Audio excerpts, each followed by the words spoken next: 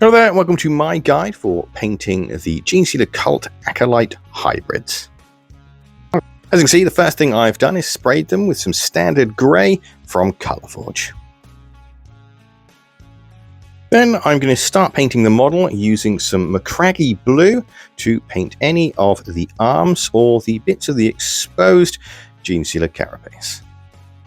I'll follow that up using some Mephiston red, and that's to paint any areas that are cloth.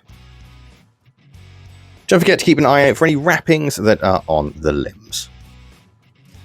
There's also a few tubes that are dotted around that we're going to paint as well.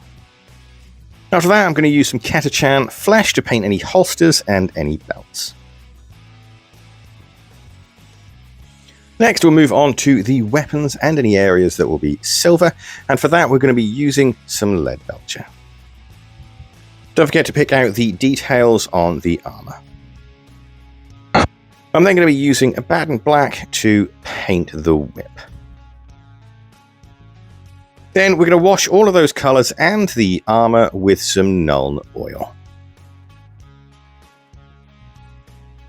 Once our wash has dried, I'm then going to go ahead and I'm going to relayer the Mechanicus Standard Grey, taking care to avoid any of that lovely shading we've just added. This will be followed by a 50-50 mix of Mechanicus Standard Grey and Admin Grey for the highlights.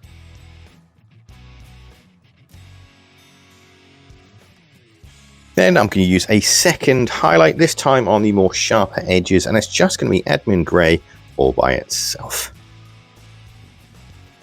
Moving over to the blue, I'm going to use a 50-50 mix of Macragge blue and Calgar blue for the first highlight.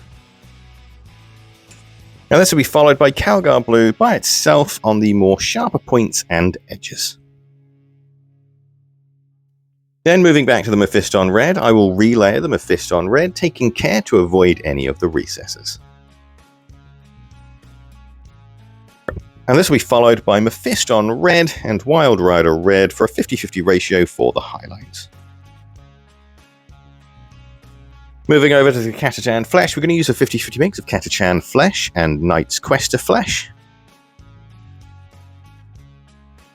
Followed by an edge highlight of Knight's Quester flesh just by itself. Then the silver will receive a 50-50 mix of Lead Belcher and Stormhost Silver.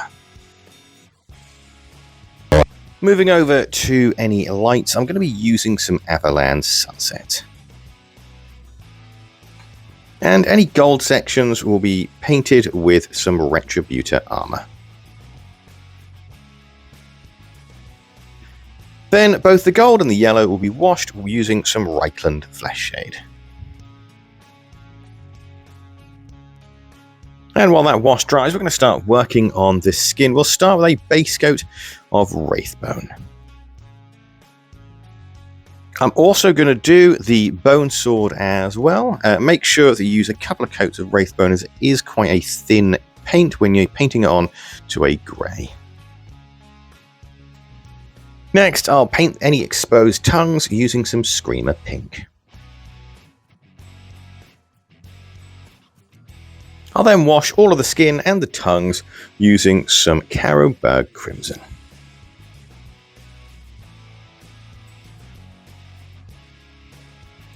Once the wash on the yellow has dried, I'm going to use some Avalanche Sunset just to brighten things up a little bit, making sure I avoid any of the recesses.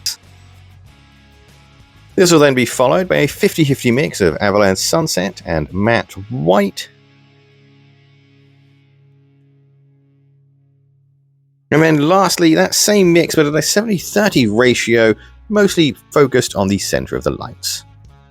Any gold will be painted using a 50-50 mix of Retributor Armor and Stormhost Silver. This will be followed by a very thin layer of Stormhost Silver just by itself as an edge highlight. To start painting the bone sword, we're going to be starting with a coat of Corellia Greenshade. And then we're going to start work on the skin. Now, these guys have a ridge on their head. To begin with, we're going to paint that with some Macragge blue, and we're basically going to use the techniques we used to paint the rest of the carapace to finish those sections off. There's also a tiny little bit underneath the eye. If you're brave enough or you want to, you can paint that with some Macragge blue as well. Take your time with this and use one of your thinner tipped brushes, as these sections are very small and quite detailed. To paint the eyes, we're going to use a little bit of Avalan Sunset. Then we'll highlight the tongue using a 50-50 mix of Screamer Pink and Pink Horror. And this will be followed by Pink Horror just by itself. Next, we'll start picking out all of the teeth. For that, we're just going to be simply using a little bit of Pallid Witch Flesh and our thinnest brush. To highlight all of the skin, we're going to thin down a bit of that Pallid Witch Flesh so it's almost translucent, and we'll do several layers, basically highlighting all the bumps and raised areas as much as possible. I want the bone sword to be a little bit darker, so I'm going to give that another wash of Corellia green shade while we move on to our next section. And that'll be all the nails and the toenails and the claws. For that, I'm going to be starting with a base coat of Abaddon Black. And that'll be simply highlighted using some Mechanicus Standard Grey and the edge of the brush. To highlight the whip, we're going to use a little bit of thinned down Uruk Hai just to basically give it a very subtle greenish tinge. I'm also going to use a little bit of Uruk Flesh to paint the sort of gems or eyes or whatever the hell they are in the center of those weapons. And that'll be simply highlighted using a 50-50 mix of Uruk Flesh and matte white.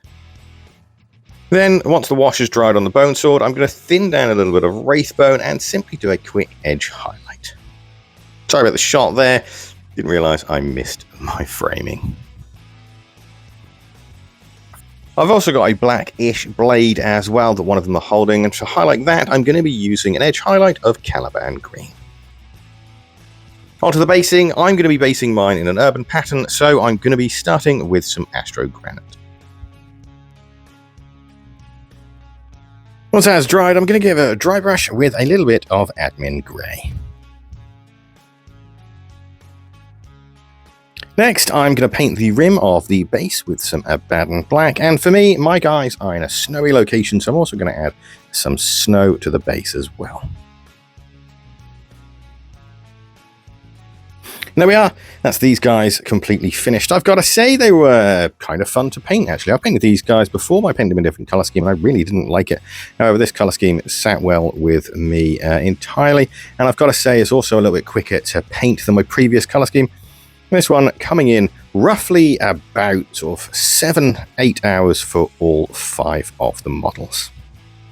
Thank you for watching this guide. If you follow this guide, I really do hope you found it useful. And if you want to see more, give the channel a subscribe, the video a like. There's a hype button now, I believe, or something like that. They keep adding all this stuff that we're meant to apparently address. But anyway, if you want to sort of see more of these guides, please give the channel a subscribe. It really helps. And I will see you on the next one. Thank you again, and goodbye for now.